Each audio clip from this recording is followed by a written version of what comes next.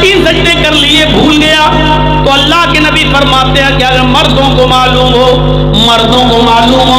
تو مرد سبحان اللہ کہہ کر یاد دلا دیں۔ پیچھے جو لوگ موجود ہیں ان کو چاہیے کہ سبحان اللہ، اللہ اکبر کہہ کر یاد دلا دیں، لیکن مردوں کو بھی معلوم نہیں، پردہ پڑا ہے، عورتوں کو معلوم ہے کہ امام صاحب بھول گئے، جرجیت صاحب بھول گئے، تو عورت کو اگر معلوم ہو جائے کہ جرجیت صاحب یا کوئی امام صاحب بھول گئے، بجائے رکوع کے سجدے میں چلے گئے یا 2 سجدوں کے بجائے 3 سجدے کر لیے، تو ان عورتوں کو حکم ہے کہ وہ سبحان اللہ نہیں کہیں گی، اللہ اکبر نہیں کہیں گی۔ او میرے بھائیوں غور کرو، جس عورت کی آواز کا اتنا پردہ کہ سبحان اللہ تک کہنے کی پرمیشن نہیں، الحمدللہ ان جملوں سے زمین و آسمان نیکیوں سے بھر جاتے ہیں، لیکن ان جملوں کو بھی کہنے کی اجازت نہیں دی۔ اللہ کے نبی نے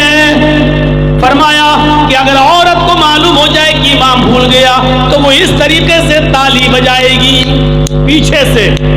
ایسے ایسے تالی بجا کر یاد دلائے گی، اور یہ آواز امام تک پہنچ جائے گی اور امام سمجھ جائے گا کہ میں بھول گیا ہوں۔ ان عورتوں کو سبحان اللہ، اللہ اکبر جب کہنے تک کی پرمیشن نہیں ہے تو انسٹاگرام پہ گانے گانے کی اور ڈانس کرنے کی پرمیشن کس نے دے دی ہے؟